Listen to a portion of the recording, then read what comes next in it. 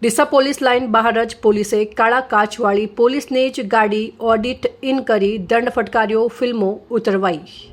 બનાસકાંઠા એસીપીની કડક સૂચના બાદ ટ્રાફિક પોલીસ એક્શન મોડમાં, સામાન્ય જનતા બાદ હવે ખાકી પણ કાયદાના દાયરામાં। બનાસકાંઠા જિલ્લા પોલીસ વડા પ્રશાંત સુબેની કડક સૂચના બાદ ડીસામાં માર્ગદર્શન હેઠળ ટ્રાફિક નિયમોના ભંગ બદલ સપાટો બોલાવવામાં આવી રહ્યો છે, જે અંતર્ગત ડીસા ખાતે આજે એક અભૂતપૂર્વ અને સરાહનીય કામગીરી જોવા મળી હતી। ડીસા પોલીસ લાઇનમાંથી બહાર નીકળી રહેલી ખુદ પોલીસ વિભાગની જ કેટલીક ખાનગી અને સરકારી ગાડીઓ, જેમાં પ્રતિબંધિત કાળા કાચ એટલે કે ડાર્ક ફિલ્મ લગાવેલા હતા, તેમને ટ્રાફિક પોલીસે અટકાવી હતી। કાયદો બધા માટે સમાન હોવાનો મજબૂત સંદેશ આપતા પોલીસે પોતાની જ ગાડીઓને દંડ ફટકાર્યો અને સ્થળ ઉપર જ કાચ પરથી કાળી ફિલ્મો ઉતરાવી દીધી હતી।